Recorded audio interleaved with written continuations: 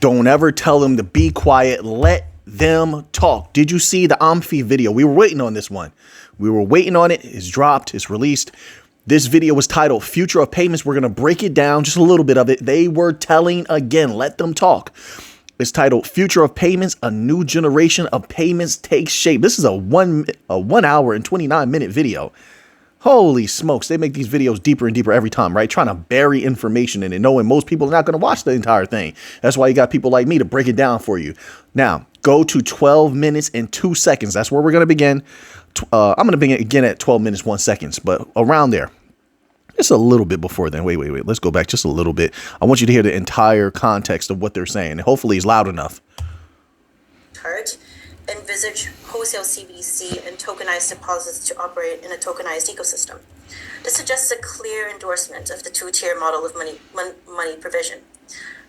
While it may possibly be simpler to implement as a domestic model, when factoring in cross-border payments, the hurdles involving establishing a common platform containing multiple CBDCs and commercial banks and shared technical infrastructure might prove to be challenging. Overcoming these hurdles would require a consensus on the governance of this platform and the technical alignment for institutions to be able to share a common infrastructure. As such, Wait, did you catch it? They try to use this boring technical verbiage to throw people off. Did you catch it?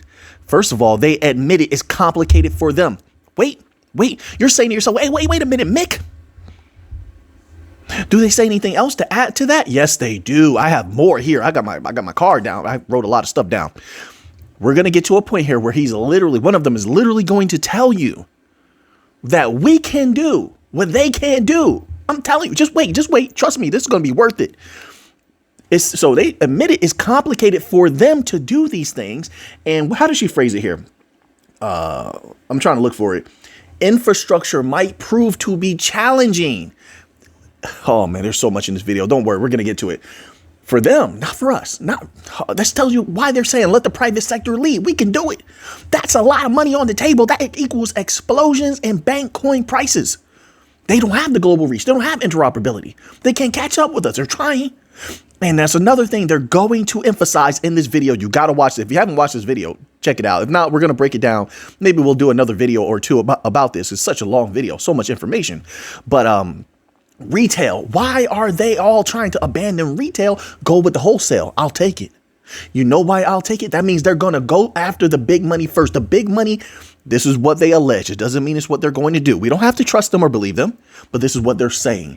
That means they're looking to bring the big money on chain first. Wholesale, interbank payments, consistent value, consistent flow. Am I going insane here? Is there any other way to see that? If they're going to shift focus from retail, which I find very suspicious, but we'll talk about that another time, and they're going to completely focus on wholesale. Now, we've heard UK say this. We've seen the shift in China with this because of they literally told us the problems they're having with retail. Literally. I forgot the other place we heard talking about the shift to wholesale, but you know about all that already, right? We've been going over that the last 2 weeks. So, wait, I'm sorry. I'm a little excited. Stuff like this gets me excited. It's not often. So it could be what did they say? Challenging for them. And then it says governance of this platform and the technical alignment for institutions to be able to share a common infrastructure. That's another thing in this video they go over extensively. They cannot and have not been able to come together to put together a common infrastructure. They need it. We can do that.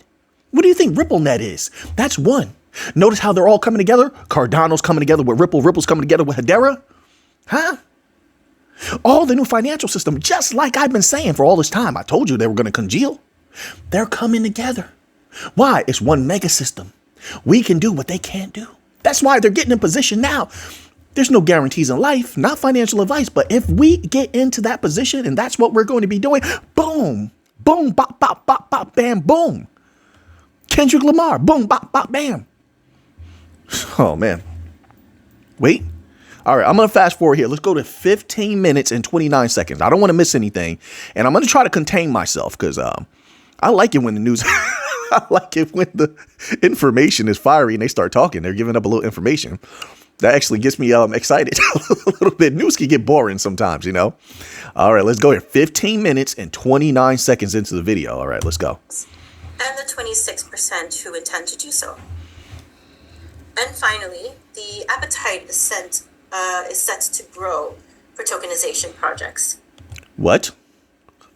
People don't get it. They're telling.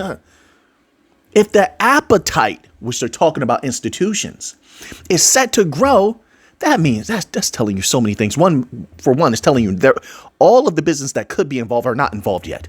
That means there's a lot of money on the table. I don't know about you, but I want that money. I'm here for that money. That's to come. It's building and building and building. Of course, we make money along the way, but it's building to some sort of climactic explosion at some point. That's one of the things it tells you. If their appetite is set to grow, that tells you all the ways that they want to use it haven't been implemented yet. They haven't gotten there yet. Listen, you need true global reach to do it. Oh, and another thing, remember in one of these videos, I don't think I was so eloquent in that video. I was talking about how you could tap into the value of assets without moving them. Remember, I said that recently. Go back to those videos and scroll through them and you're going to hear me say it. And to some people, they sort of write that off like, oh, Mick, man, why would they worry about tokenizing value that's in the ground, that can't even move yet? Because that's trillions of dollars that you could play with. All you got to do is scan the ground with radar, LiDAR, whatever you call it. You find those deposits of gold. You find those deposits of silver. They've already been doing it, right? They've already been doing it. Now you can actually tap into the value of that without digging. What? That's easy money. I know a lot of people not into commodities. They definitely not into investing in the companies that mine commodities. So I know I get it. That's easy money. They talk about that in this video. They literally talk about how good that will be when they can tap into the value of assets and the asset doesn't even have to move. Oh, they were telling. I like Amphif. Yeah, I like you a lot as long as you keep giving us this info. But let me press play again. We were at is set to grow for tokenization projects. Let's go there. Start there. Our survey demonstrates a strong endorsement by central bank respondents in the two-tier model of monetary provision, where 76% of respondents envisage wholesale CBDC and tokenized deposits each to operate within the tokenized ecosystem, at least on a... You hear that? They're trying to bring everything to the chain, to DLT. Only we can do it. What's that mean about that price? You tell me. I'm asking questions. You tell me. What does that mean to you? Let's keep going. Domestic level. Multiple challenges around the governance and technical alignment may need to be overcome for this model to be implemented for cross-border payments. They haven't even solved that yet, but we have. Keep going. 96% of survey respondents see the promise behind such an ecosystem, but it may seem that central... So 96% of them want this now. Right. Let's keep going. Banks are holding back on pursuing such projects for now, where only 15% of respondents are presently working on combining tokenized bank money and tokenized central bank money on a programmable platform. The place for stablecoins in the tokenized ecosystem is far less certain for now, where none of survey respondents saw this as the most promising avenue for cross-border payments, but the benefits, such as reduced transaction costs, transaction fees, and improved speed still hold some promise. Wait. Okay. Now let's skip forward to 33 minutes and 26 seconds, just a little bit before that. So let's go there now. How's everybody out there doing? You doing well? Crypto's future is looking bright, even though a lot of people slept on crypto over the years. They said crypto was dead. I said crypto was alive and well. They said Bitcoin was dead. I said Bitcoin was alive and well. It come back. And they said Solana was dead. I said Solana was going to come back. We all saw the vision, and now we're here. Little dip, little correction. We call that too. We know profit taking is going to happen. The future of crypto is so much brighter than where it is now. People are beginning to see the vision now, aren't they? Yes, they are. 33 minutes and 26 seconds. Let me get there myself. How am I leading the charge, right? I'm not even there. I have so many thoughts. All right, let's go here. I'm going to 33:20, actually. Let's start there. You thought it was deep before. Don't worry. It gets better and better. You'll see. There's a few points points in there that I'd like to come back to, but before I do, we have a question from the audience asking if tokenization of deposits has the potential to substitute for retail CBDC going forward. Do you have a perspective on that? Here we go. Something strange is going on. They want that wholesale first, banks first, not just banks, central banks first. They want all the focus on wholesale, interbank payments. But wait, they can't connect everything together. I saw a project released recently, and they still only have 4 to 5 banks. 4 to 5 banks. You need global reach, and no one can do it but us. Ripple, Quant, Chainlink, Solana, Stellar. Only us. Only we can do it. Right. See? But keep going. I'm going to let them tell.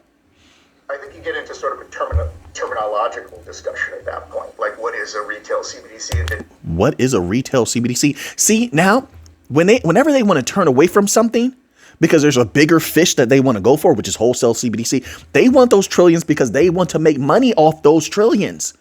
They think and believe that by the time they get there, that all the retail, all of you will be out of there. You've sold most of your stuff. That's what they believe. And hey, do what you want. This is not financial advice.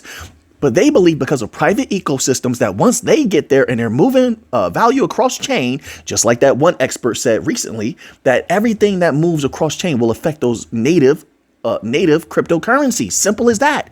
And that pro, I can't remember who it was, but some of you screenshotted it. You saved it. I know because you let me know.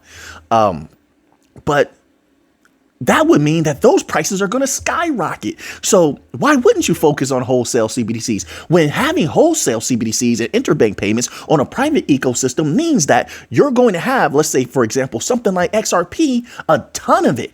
You may end up holding it if you want to make a lot of capital off of it, but a lot of it will be in flow in your private ecosystem because you literally need it to make that ecosystem work. Like, for example, payment channels. You can only use XRP with some of the XRP mechanism. They know that. They want these utility coins, from what I'm gathering. You can have a different opinion. I respect that. But from what I'm seeing, they want these utility coins to explode in a way that will benefit them because they weren't there at the beginning of the explosion of Bitcoin. So yeah, sure, they're going to make some money off of Bitcoin, but they really want to make money off these bank coins. That's their Bitcoin. And there was someone in an article we read from some pro somewhere or some technical person who literally said that the bank coins, like XRP was meant to be the bank's Bitcoin. It was somebody from Ripple. Type that in on Google. Don't think I'm just talking because I don't. I've been doing this research for a long time. There was someone who said they wanted XRP to be the bank's Bitcoin, and they were from Ripple. Who said that? Somebody tell me in the comment section. Drop that. Boom. So the people can know. Yeah, we're waking a lot of people up right now, smacking them in the face with that money. Wait, I mean, I don't know if that made sense, but it sounded good. Let's push play here. Let's keep going. They're going to tell. That's not it. They got a lot to tell. Did anybody actually ask for one? Look at this guy right here. Oh, see, you're lucky I'm in control of myself, sir. You upset me with that because look, listen to what he said. Let's go back. Listen to what he said and how he said it. They're trying to shift the energy. That doesn't work with me. I'm on your neck. I'm on your case. I know what you're trying to do. Let's go. Perspective on that. I think you get into sort of a terminological discussion at that point. Like, what is a retail CBDC, and did anybody actually ask for one? What is a retail CBDC? He shifts the energy there. And then he said, did anyone actually ask for one? Yes. In fact, I don't know why he would say such an ignorant thing. You central bankers asked for it.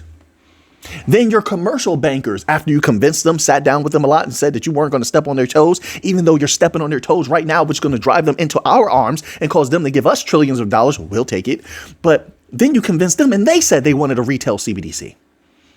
That's who asked for it, sir. Not the people. Then you tried to force it on the people, only for the people to reject it. So now you're saying to yourselves, well, first of all, you couldn't accomplish the mission. You don't have a worldwide interoperability with a retail CBDC. So now you see that that's going to take a little bit more time.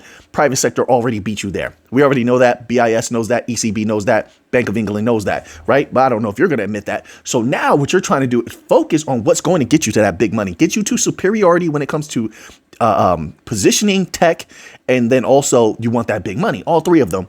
You get there quicker with a wholesale CBDC. Also, control is a factor. As they're going to admit in this, you wouldn't believe it. In this video, they literally, at some point in this video, watch the whole thing. They talk about how if you have a wholesale CBDC, if you're transacting in certain assets and values, you can watch and track and stop.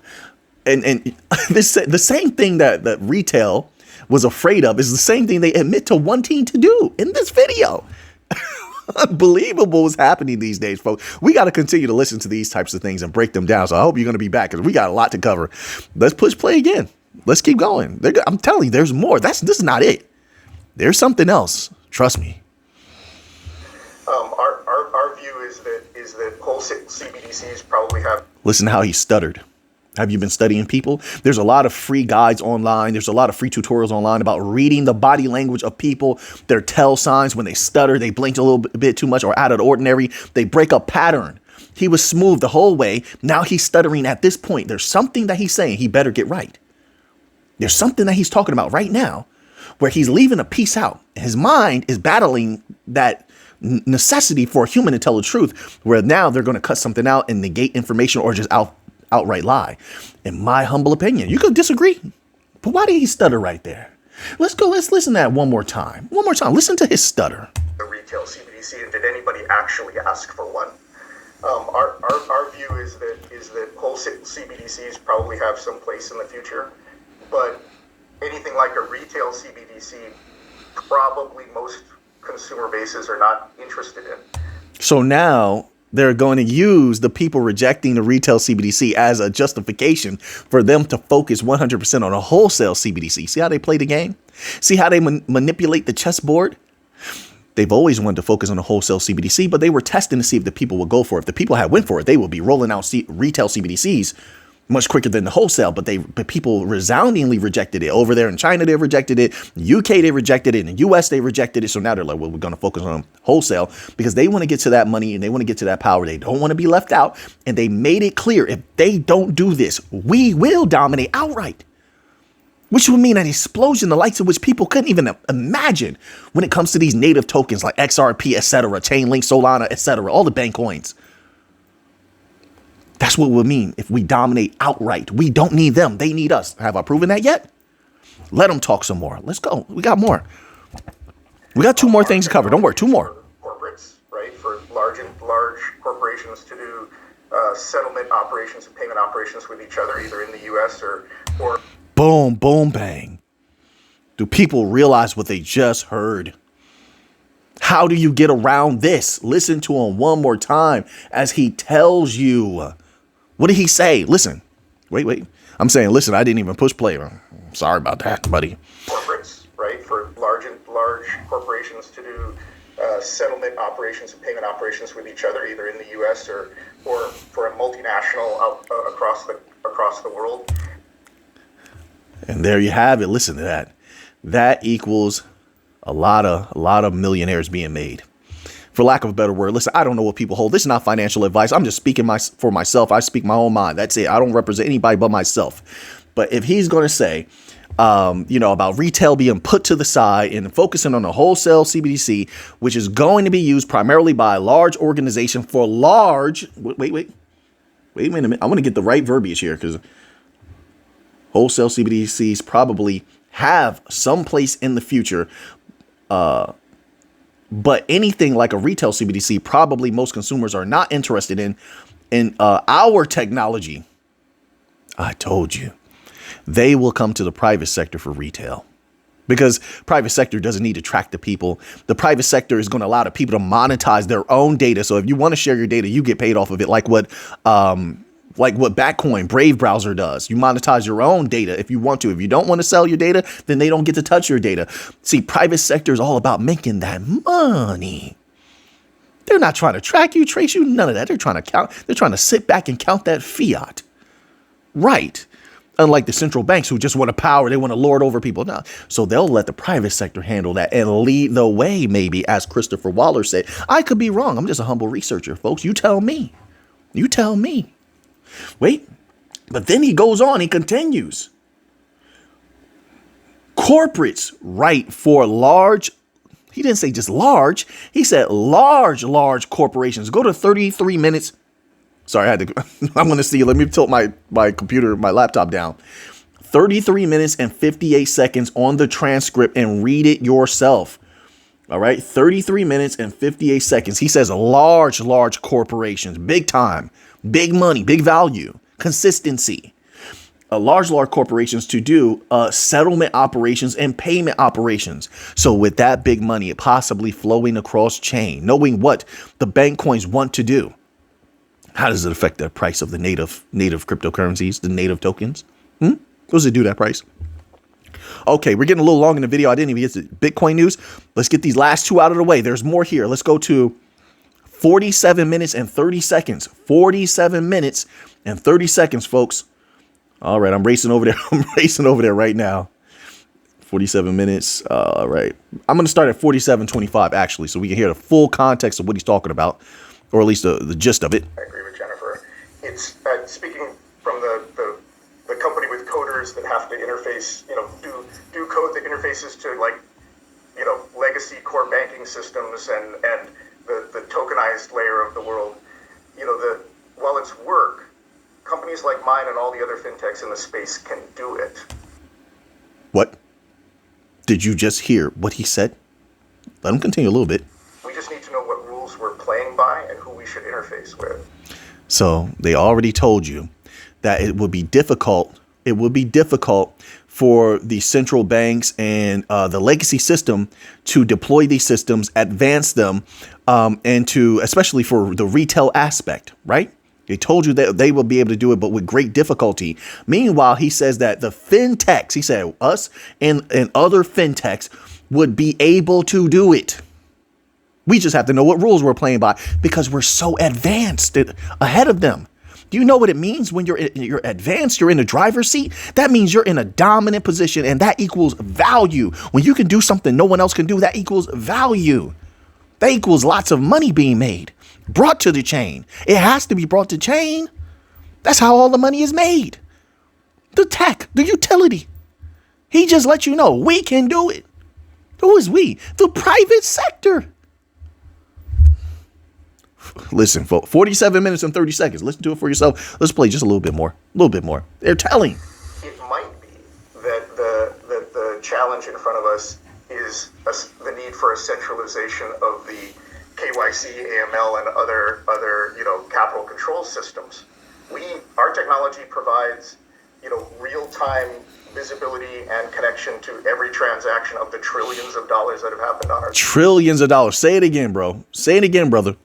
How much can our technology move, view, smart contracts for it, all that good stuff? How much money's on the line? How much value? Every transaction of the trillions of dollars that have happened on our systems. But we feed that mostly to banks' existing systems. If there were governmental structures for that were centralized and had a clean, clear interface, my company and all the other companies could simply code to it and everything would run. I had another thing I wanted to cover here. We'll probably have to come back another video. Why did he just say that? What catalyst was there for him to say governmental systems? Does he know something we don't? I'm sure he does. Oh, Mick. I'm pretending like I'm someone out there because I know people say stuff to me all the time. Wild stuff. Oh, Mick. But the governments have been working on centralized systems. The Fed, we uncovered, the Fed has been working on special projects that involve distributed ledger technology up to this year, verifiable. They never stop testing. The Fed leads the way for everyone else. We already established that. They cut interest rates. Not UK. They cut interest rates. Europe cuts interest rates. A lot of these countries follow in the footsteps of the Fed. They let the Fed be the test dummy, but that's why the Fed takes its time. The Fed never does anything. The federal government of the United States never does anything quick. They test and they hide things, just like their triangular TR3B craft and all that stuff. They had that for years. Things like that's nothing. The Lockheed Martin projects, and they just sit on it. They sit on it and they wait and they test and they test and they test because they know there's nobody going to jump out there first. So if we're going to jump out there first, we're not going to be your guinea pig. We're going to test to make sure we're the best when we come out with something, which leads me to this thought. And I said this before.